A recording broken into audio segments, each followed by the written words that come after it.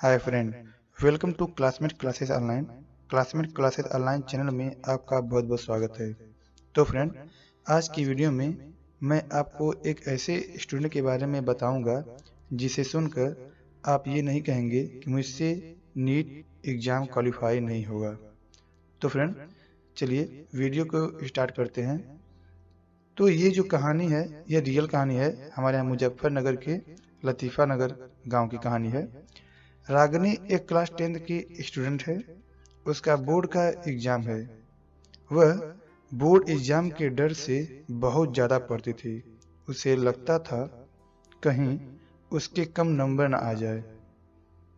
वह लगातार पढ़ती थी।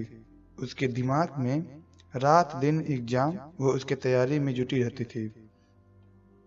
किसी तरह 10th का रिजल्ट आया।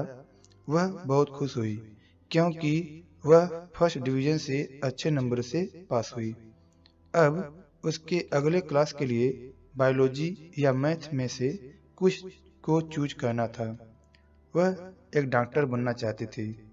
उसका बायोलॉजी में मन भी लगता था, तो उसने बायोलॉजी चूज कर लिया। अब कुछ दिनों में 11th गुजर गया और 12th के एग्जाम की तैयारी करनी थी। अब की बार उसे 10th के कंपेयर में 12th में कम डर लग रहा था क्योंकि वह 10th एग्जाम से गुजर चुकी थी। 12th का रिजल्ट आया। वह अच्छे नंबर से पास हुई। साथ में उसने मेडिकल एंट्रेंस एग्जाम का फॉर्म भी डाला था। वह उसमें कुछ खास नहीं कर पाई। वह कुछ अपसेट भी हुई। वह मेडिकल में फेल हो गई। 12th में उसके अच्छे नंबर थे, तो उसके माता पिता उसे किसी कोचिंग में दाखिला दिला दिया। अब वह कोचिंग गई तो उसने देखा कुछ स्टूडेंट फ्रेशर हैं और कुछ स्टूडेंट 2 या 3 इयर्स के फेलियर भी हैं। उसे लगा कि शायद वे मन से पढ़ाई न करते हों या मन लगाकर न पढ़ते हों। उसने उन फेलियर लड़कों को कुछ हल्के में ले लिया। वह अपने दोस्तों के साथ मौज मस्ती भी करने लगी क्योंकि अब उसके सामने बोर्ड जैसा कुछ एग्जाम नहीं था। वह सोचती जो सर पढ़ा रहे हैं कोचिंग में वह कल कर लेगी।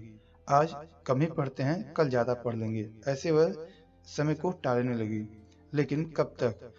वह समय आ गया जब फिर मेडिकल एग्जाम देना था। अब की बार भी एग्जाम हुआ। वह डर गई क्योंकि अब की बार भी वह एग्जाम में फेल हो गई। अब रागिनी के ऊपर दबाव बढ़ने लगा। वह कुछ डिप्रेस हो गई।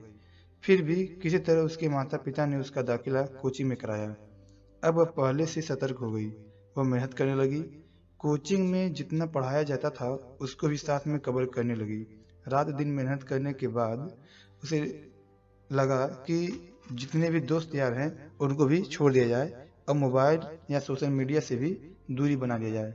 वह प्रिपरेशन में मस्त हो गई। फिर समय आया। अब की बार भी मेडिकल एंट्रेंस एग्जाम हुआ। रिजल्ट के लिए वह साइबर कैफे की दुकान पर गई।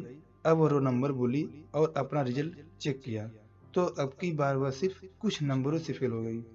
अब उसके दिमाग में यह नहीं समझ में आ रहा था कि वह अपने माँ बाप से नजरें कैसे मिलाएगी। वह डर गई। अब उसके मन में सुसाइड के विचार आने लगे। वह तमाम तरह की आगे पीछे सोचने लगी। तभी अचानक उसके पापा भी उसके पास आ गए। अपनी बेटी रागिनी का चेहरा देख शायद वह समझ गए कि कुछ तो गलत हुआ है। वह बोले, कुछ नहीं, ये सब तो होता रहता है। वह मुस्कुराते हुए बोले, कोई नहीं, सब ठीक है, ये सब होता रहता है। उन्होंने अपनी बेटी से पूछा, अच्छा बेटा बताओ, तुम जब पूजा करती हो तो उनसे क्या मांगती हो? तो रागिनी ने आंसर दिया, मैं तो मेडिकल कॉलेज में सिलेक्शन चाहती हूँ और उनसे यही मांगती हूँ। उसने पापा से बताया कि वह सक्सेस होना चाहती है और वह ईश्वर से यही मांगती है। उसके पापा बोले, नहीं बेटा, अब तुम जब भी ईश्वर को याद करना तो कहना, हे ईश्वर, आप मुझे वह मत दीजिए जो मैं चाहती हूँ। आप मुझे वह दीजिए जो मेरे लिए सही है, समाज के लिए सही है, पूरी दुनिया के लिए सही है। और उसके पिता ने कहा, और ईश्वर से कहना कि मेरी हिम्मत कभी कम ना हो, मैं कभी भी डिप्रेस ना रहूं, मुझे तमाम कठिनाइयों का सामना करने की ताकत मिले। रागिनी ने अपने पिता की बात बहुत ध्यान से सुनी और उसे समझ में आया कि हाँ, ये सही बात है।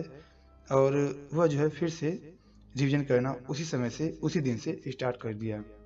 अब की बार फिर मेडिकल एग्जाम का रिजल्ट आया। वह रिजल्ट देखकर हैरान रह गई, क्योंकि उसका सिलेक्शन एम्स कॉलेज में हुआ था। वह अपने पापा के पास गई और बोली, पापा, आप सही कहते हैं, हमें ईश्वर से वही मांगना चाहिए जो हमारे लिए सही है। मैं किसी मेडिकल कॉलेज में एमबीबीएस करना चाहती थी, मगर फेल होने के बाद मेरा सिलेक्शन एम्स में हुआ। ऐसा होगा मैंने कभी सोचा भी नहीं था। तो फ्रेंड्स, हमें इस कहानी से यह सीख मिलती है कि हमें लगातार मेहनत करनी चाहिए और हमें हार नहीं माननी चाहिए। ईश्वर जरूर हमें कुछ बेहतर देगा, सिर्फ आपको अपने अंदर के हुनर को पहचानना है। अगर आपके अंदर पढ़ने की हुनर है, काबिलियत है, आपको लगता है कि आप नीट क्वालिफाई कर लेंगे, और पूरी जुनून के साथ आज ही से लग जाइए। फ्रेंड, आपको ये वीडियो कैसा लगा नीचे कमेंट में जरूर बताएं। मिलते हैं अगले वीडियो में, तब तक के लिए धन्यवाद। आपका दिन शुभ रहे।